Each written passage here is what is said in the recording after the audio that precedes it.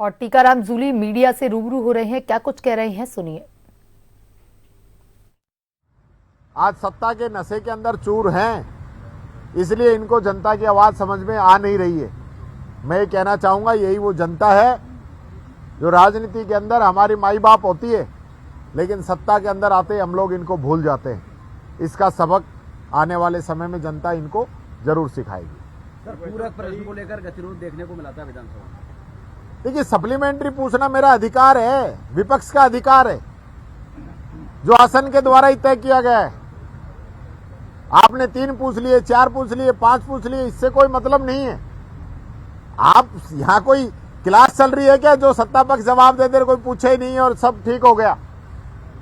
यहां कोई किताब पढ़ने के लिए, आंसर पढ़ के बांटने के लिए थोड़ी आते हैं। यहां जो भी क्वेश्चन लगता है उसका मैसेज पूरे राजस्थान के अंदर जाना चाहिए। मंत्री का विभाग में क्या काम है ये भी पता चलना चाहिए। जिस माननीय सदस्य ने क्वेश्चन लगाया है उसकी गंभीरता क्या है, उसका फायदा पूरे राजस्थान को जो लोगों को मिलना चाहिए, उस चीज पे तो ध्यान नहीं है। बस चलो चलो चलो, जल्दी चलो जल्दी चलो, कोई बस थोड़ी निकल रही है, 2 क्वेश्चन कम लग जाएंगे। लेकिन ये समस्याओं का आखिरी पड़ाव है। मैंने पहले भी कहा था, जब विधानसभा चलती है, विधानसभा के अंदर क्वेश्चन लगता है तो पूरे प्रदेश की जनता को बड़ी उम्मीदें रहती है और माननीय सदस्यों को भी रहती है कि मैंने क्वेश्चन लगाया है तो मंत्री इसका जवाब देगा। और ये कहना कि भाई आपकी पसंद का जवाब नहीं आएगा, हमें हमारी पसंद नहीं चाहिए। हम जो क्वेश्चन लग रहा है, आज इन्हीं के सदस्य क्वेश्चन लगा रहे थे। उदयपुर का जो क्वेश्चन है, इन्हीं के सदस्य कह रहे हैं कि हमारी बिजली पूरी नहीं आ रही। मैं तो उसी का पूछ रहा था कि ओवरलोड की आपकी क्या प्लानिंग है, नहीं पूछने दिया। आपका जो फसल बीमा से रिलेटेड था वो भी इनके सदस्य ने पूछा, तो उसमें मैंने यही कहा कि भाई किसान को बीमा मिलना चाहिए, कोई एक भी दिन ऐसा नहीं हो जब बीमा नहीं मिले। ये सारी चीजें सरकार इनसे बचना चाहती है। एक मंत्री जी ये भी कह रहे थे कि आप नेता प्रतिपक्ष के साथ उपाध्यक्ष भी बनना चाह रहे। ये तो इनका जो है ना, इनके पास कोई मेरा तोड़ नहीं है, इसलिए कुछ ना कुछ ऐसे कहते रहते हैं। मैं तो चाहता हूं ये जवाब दें, जनता के प्रति इनकी जवाबदेही रहनी चाहिए। आज कोचिंग को लेकर महत्वपूर्ण विधेयक सरकार लेके आ रही है, उसके लिए मैं कहना चाहूंगा, आज जो विधेयक ये सरकार लेके आई है, न तो सुप्रीम कोर्ट की गाइडलाइन पूरा कर रहा है, न हाई कोर्ट की गाइडलाइन पूरा कर रहा है, न भारत सरकार, जिसकी डबल इंजन की सरकार बताते हैं, भारत सरकार की जो गाइडलाइन है उनको पूरा कर रहा है। और छोटे जो कोचिंग वाले हैं उन पे शिकंजा कसने के लिए, और बड़े जो कोचिंग वाले हैं, बड़े जो मुख्यमंत्री कहते हैं बड़े मगरमच्छ, उनको फायदा देने के लिए लेके आ रहे हैं। ये आधा अधूरा बिल लेके आए हैं। मैं ये कहना चाहूंगा, ये जनता के हित में नहीं है, छात्रों के हित में नहीं है, ये सभी कोचिंग संस्थानों के हित में भी नहीं है कुछ के अलावा। इसलिए इसको वापस सरकार को देखना चाहिए। और जब हम कोई बिल लेके आ रहे हैं, जितने सुसाइड लगातार हो रहे हैं, अभिभावकों को लूटा जा रहा है, उस दिशा में भी सोचना चाहिए। एक फॉर्मेलिटी पूरा करना चाहती है सरकार, जो कि हम इसका पुरजोर विरोध करेंगे इस बिल का। ये कंट्रोवर्सी हो रही है राणा सांगा को लेकर।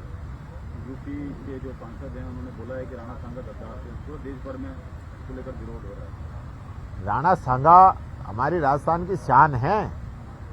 उन्होंने जिस प्रकार से लड़ाइयां लड़ी, इतने घाव अपने शरीर पे रहते हुए भी वो लड़ाई लड़े, इसलिए कोई व्यक्ति क्या कहता है ये अलग बात है, लेकिन वो वीर हमारी धरती के लाल, और उन्होंने इस राजस्थान का, इस राजपुताने का नाम ऊंचा किया है। ये बात मैं कहना चाहूँगा।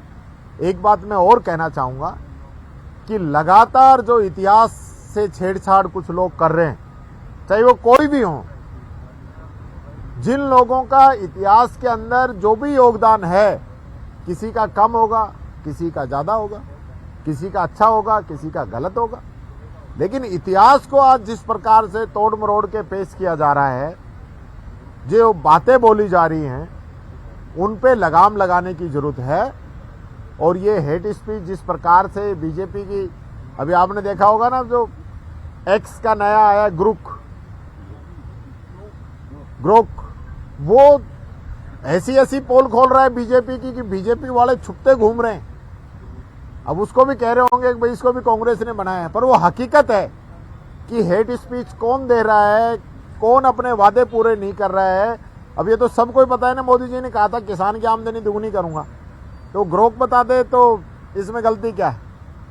इन्होंने कहा सबको पक्का मकान मिलेगा, 2 करोड़ युवाओं को रोजगार मिलेगा, जो जो वादे नहीं करने थे, महंगाई का, भ्रष्टाचार का, आतंकवाद का, गंगा मैया का, पता नहीं क्या क्या कहा था, चीन को लाल आंख दिखाने का, पर हकीकत क्या है। अब वो तो मशीन है, वो उसको तो डरा नहीं सकते, दबा नहीं सकते। तो इसलिए बीजेपी घबराई हुई है, बीजेपी की पोल खुलने लग गई है। 1.5 साल हो गया सरकार को, लेकिन कई जो महत्वपूर्ण जो बोर्ड हैं उनके पद अभी भी खाली पड़े हैं, जैसे महिला आयोग का पद जो है खाली पड़ा हुआ है। ये क्या आपसी खींचतान है, क्या है? देखिए, सरकार को अभी होश ही नहीं है, अभी तो ये सत्ता के नशे में ही चल रहे हैं, इनको पता ही नहीं है हमें करना क्या है। ये अंदर देख तो रहे हो आप इनके मंत्रियों को क्या जवाब दे रहे हैं, यही नहीं पता हमें करना क्या है।